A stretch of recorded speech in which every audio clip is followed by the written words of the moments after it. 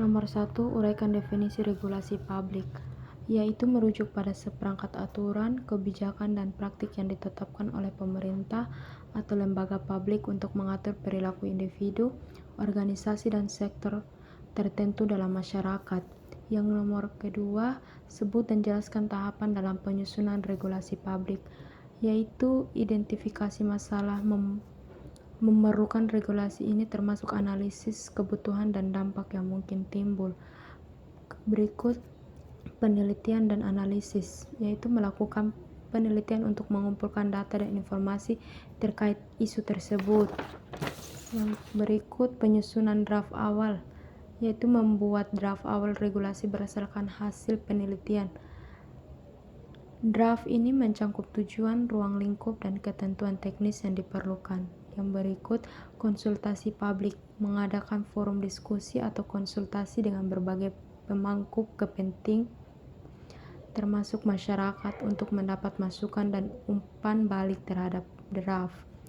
Berikut revisi draft, mengolah masukan dari konsultasi publik untuk merevisi dan menyempurnakan draft regulasi.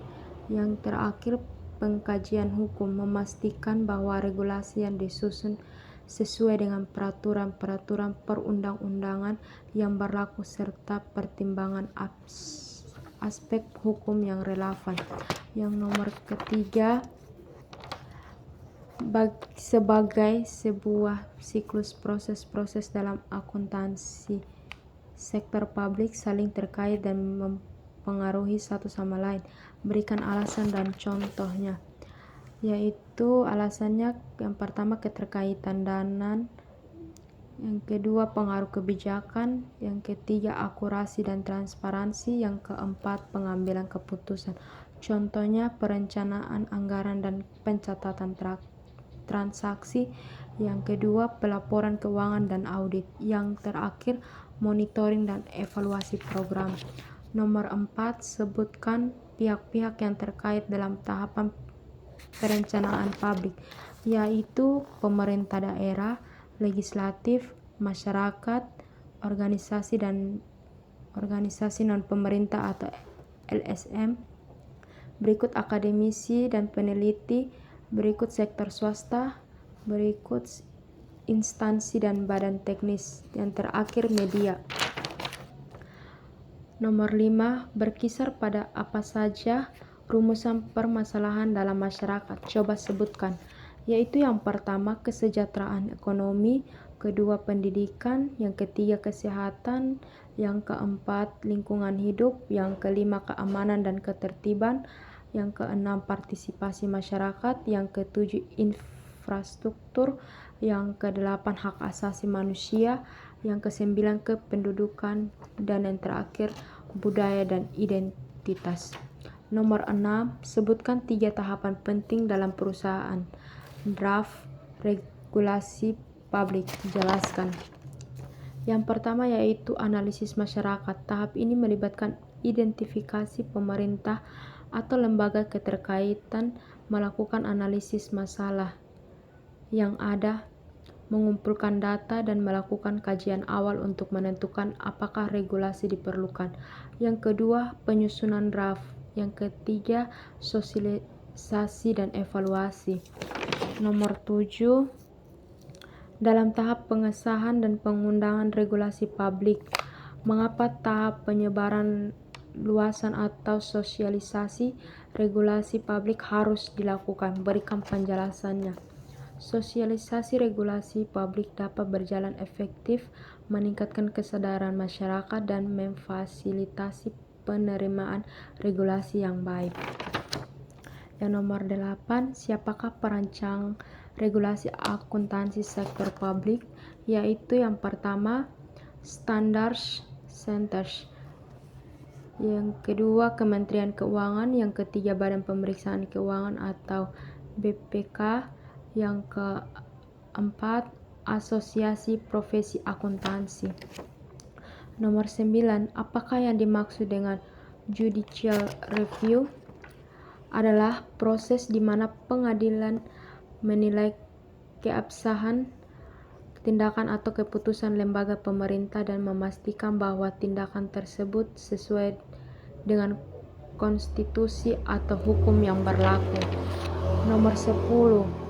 Kewajiban negara adalah berupa pelaksanaan tugas-tugas pemerintah sesuai dengan pembukaan Undang-Undang Dasar 1945. Sebutkan kewajiban negara tersebut, yaitu yang pertama, melindungi segenap bangsa, kedua, mensejahterakan rakyat, yang ketiga, mencerdaskan kehidupan bangsa, yang keempat, menegakkan keadilan, yang kelima, mengembangkan potensi wilayah, yang terakhir, menjaga ketertiban dan keamanan. Sebutkan apa saja standar akuntansi sektor publik yang telah ada di Indonesia, yaitu Standar Akuntansi Pemerintahan atau SAP tahun 2010. Berikut standar audit sektor publik. Yang kedua, apa saja yang mendasari bahwa pernyataan penyusunan pedoman akuntansi keuangan sangat diperlukan? Jelaskan. Yaitu sangat diperlukan untuk menciptakan sistem pelaporan keuangan yang transparansi, akuntabel, konsisten, dan dapat diandalkan. Yang nomor ketiga, jelaskan tujuan dari penyusunan pedoman akuntansi. Tujuan dari penyusunan akuntansi yaitu untuk menciptakan sistem pelaporan keuangan yang transparan, akuntabel, konsisten, dan dapat diandalkan. Standar akuntansi keuangan yang kuat dan terdefinisi dengan baik memberikan manfaat yang signifikan bagi entitas pemangku kepentingan dan perekonomian secara keseluruhan. Keempat, apa hubungan antara standar pelaporan dan standar audit? Yaitu jelaskan. Standar pelaporan dan standar audit bekerja sama untuk menciptakan sistem pelaporan keuangan dan transparan, akuntabel, dan dapat diandalkan. Yang kelima, coba uraikan secara singkat tentang perkembangan pemikiran standar akuntansi sektor publik di Indonesia, yaitu perkembangan ini menunjukkan komitmen Indonesia dalam mengangkat tata kelola keuangan publik dan akuntabilitas. Yang keenam, sebutkan dan jelaskan tahap-tahapan dalam penyusunan akuntansi, yaitu yang pertama, identifikasi masalah, yaitu menentukan isu dan kebutuhan yang perlu diatur dalam standar akuntansi. Yang berikut, pengumpulan data dan penelitian, melakukan penelitian untuk mengumpulkan informasi terkait isu yang identifikasi pelaporan keuangan. Yang berikut, penyusunan draft awal, mengembangkan draft awal standar berdasarkan analisis dan data yang telah dikumpulkan. Yang berikut, konsultasi publik. Yang berikut, persetujuan dan penerbitan, yaitu pengajuan draft yang telah direvisi untuk mendapatkan persetujuan dari badan pengatur atau organisasi yang berwenang. Yang berikut, implementasi dan sosialisasi, melakukan sosialisasi tentang standar yang baru kepada entitas yang terkait. Yang berikut, monitoring dan evaluasi, memantau penerapan standar di lapangan dan mengumpulkan umpan balik dari penggunaan untuk mengevaluasi efektivitas secara relevansi standar tersebut. Yang terakhir, revisi dan pembaruan, melakukan revisi dan pembaruan standar secara berkala untuk menyesuaikan dengan perubahan dalam praktik akuntansi, perkembangan industri dan kebutuhan. Nomor 7, jelaskan pengertian standar. Nomenklatur adalah standar pengkodean dan penanaman yang digunakan untuk mengklasifikasikan dan mengorganisasikan informasi, objek, atau konsep secara sistematis. Nomor 8, sebutkan hal-hal yang harus dipertimbangkan dalam menyusun standar nomenklatur, yaitu kejelasan konsistensi, berikut konsistematis, relevani, fleksibilitas, standar Indonesia, kemudahan penggunaan, keterhubungan, uji coba dan validasi, umpan balik, dan yang terakhir, dokumentasi. Nomor 9, sebutkan ruang lingkup standar akuntansi pemerintahan, yaitu yang pertama, laporan keuangan, yang kedua, pengakuan pendapatan dan belanja, Yang ketiga, aset dan kewajiban. Yang keempat, pengelolaan anggaran. Yang kelima, audit dan pengawasan. Yang keenam, transparansi dan akuntabilitas. Yang ketujuh, pengungkapan. Yang kedelapan, pengaturan transaksi dan kebijakan. Nomor 10, apakah tujuan disusunnya standar pemeriksaan keuangan negara? Uraikan.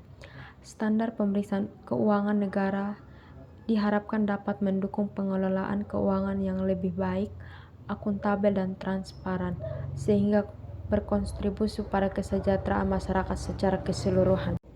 Uraikan mengapa akuntansi sektor publik diperlukan secara tersendiri, yaitu karena fokusnya pada efisiensi dan efektivitas. Sektor publik dituntut untuk mencapai efisiensi dan efektivitas dalam penggunaan sumber daya yang memerlukan teknik akuntansi dan evaluasi kinerja yang berbeda.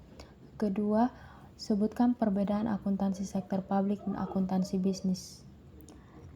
Yang pertama, tujuan, dan kedua, penggunaan laporan. Yang ketiga, regulasi dan standar. Keempat, sumber pendanaan. Kelima, jenis laporan keuangan. Dan yang terakhir, pengukuran kinerja. Sebutkan contoh keunikan akuntansi sektor publik.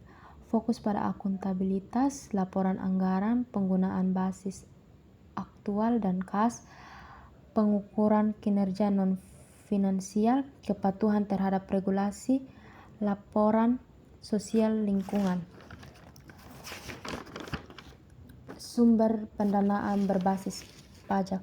Nomor 4, akuntansi sektor publik di Indonesia sangat jauh ketinggalan bila dibandingkan dengan akuntansi sektor swasta. Jelaskan pernyataan berikut.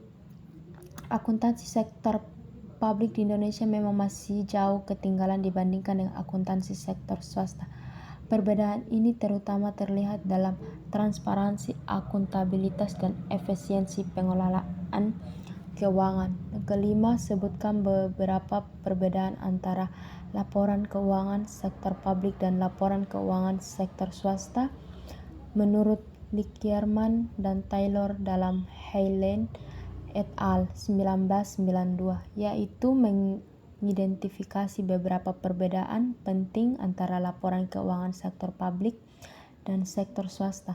Mereka menekankan bahwa perbedaan ini muncul dari perbedaan tujuan, struktur, dan lingkungan operasional antara kedua sektor tersebut. Keenam, sebutkan persamaan akuntansi sektor publik dan akuntansi swasta, yaitu prinsip akuntansi, kedua siklus akuntansi, yang ketiga jenis akuntansi, yang keempat metode akuntansi, dan yang terakhir tujuan penyusunan laporan keuangan. Nomor 7, sebutkan konsep dasar berfungsi pada penilaian kinerja suatu organisasi sektor publik saat ini, yaitu penilaian kinerja sektor publik saat ini tidak lagi berfokus pada satu atau indikator saja, melainkan menggunakan berbagai ukuran kinerja yang mencangkup aspek finansial, non-finansial, dan dampak. Selain itu, konsep akuntabilitas dan transparansi juga menjadi penting dalam penilaian kinerja sektor publik. Penilaian kinerja organisasi sektor publik saat ini bergeser pada hasil finansial semata ke arah pencapaian nilai dan pengukuran multidimensi. Nomor 8, sebutkan dua hal mengenai kesulitan dalam benchmark penerapan ukuran kinerja swasta ke sektor publik. Perbedaannya yaitu perbedaan tujuan dan fokus. Sektor swasta dan sektor publik memiliki tujuan dan fokus yang berbeda. Yang berikut kompleksitas dan variasi sektor publik. Terdiri dari berbagai macam organisasi dengan tugas, fungsi, dan lingkungan operasional yang berbeda. Nomor 9, jelaskan perbedaan kultur di organisasi sektor publik dengan kultur organisasi bisnis atau swasta.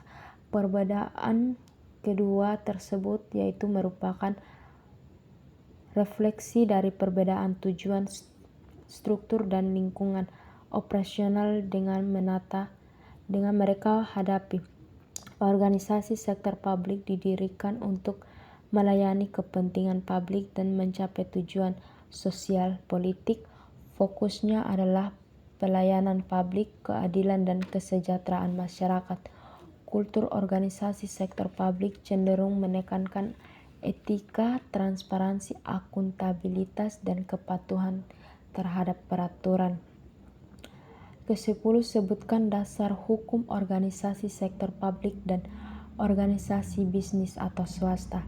Yaitu yang pertama, organisasi sektor publik di Indonesia yang meliputi lembaga pemerintahan, badan usaha milik negara atau BUMN, dan lembaga non-profit, diatur oleh berbagai undang-undang dan peraturan Undang-Undang Dasar sebagai berikut, yaitu Undang-Undang Dasar tahun 1945, yang kedua Undang-Undang Dasar nomor 23 tahun 2024 tentang pemerintahan daerah, yang ketiga Undang-Undang Dasar nomor 19 tahun 2003 tentang badan usaha milik negara atau BUMN, yang keempat Undang-Undang Dasar nomor 20 tahun 2023 tentang sistem pendidikan nasional, dan yang terakhir Undang-Undang Dasar nomor 14 tahun 2008 tentang keterbukaan informasi publik. Studi kasus. Dengan bahasa sendiri, simpulkan intisari dari artikel tersebut. Pemeriksaan BPK Lehamas wajar tanpa pengecualian adalah bahwa Badan Pemeriksaan Keuangan telah melakukan pemeriksaan terhadap Lembaga Ketahanan Nasional dan menyatakan bahwa hasil dari pemeriksaan tersebut adalah wajar tanpa pengecualian. Hal ini menunjukkan bahwa Lemham mematuhi standar akuntansi dan tata kelola keuangan yang baik dalam menjalankan operasinya. Keputusan ini penting karena menunjukkan transparansi dan akuntabilitas Lemhan dalam pengelolaan keuangan publik.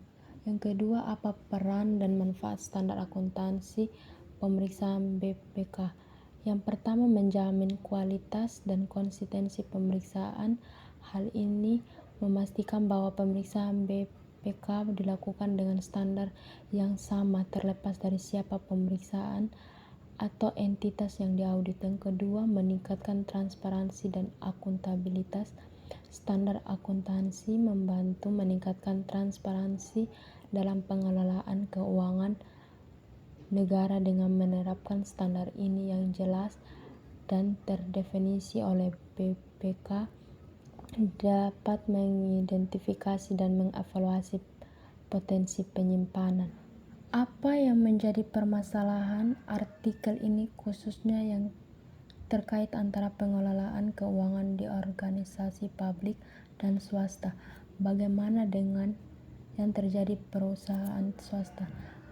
Masalah di BUMN. Kurangnya transparansi. Artikel ini menunjukkan bahwa banyak BUMN memiliki sistem akuntansi yang tidak transparan dan sulit diaudit. Hal ini membuat sulit untuk mencatat dan menelusuri penggunaan dana publik sehingga menimbulkan kecurigaan dan ketidakpercayaan. Yang kedua, resistensi terhadap audit. BPK menghadapi kesulitan dalam mengaudit BUMN karena banyak BUMN yang menolak atau menghindari proses audit. Yang terakhir, seleksi auditor. B. Perusahaan swasta, yaitu transparansi yang lebih tinggi. Berikut audit yang lebih independen. Yang terakhir, saksi yang lebih tegas. 2. Uraikan hasil analisis Anda dengan argumentasi logis, yaitu tujuan dan fokus yang berbeda. Berikut struktur dan mekanisme penguasa. Yang berikut kurangnya tekanan pasar. Yang terakhir, saksi yang kurang tegas.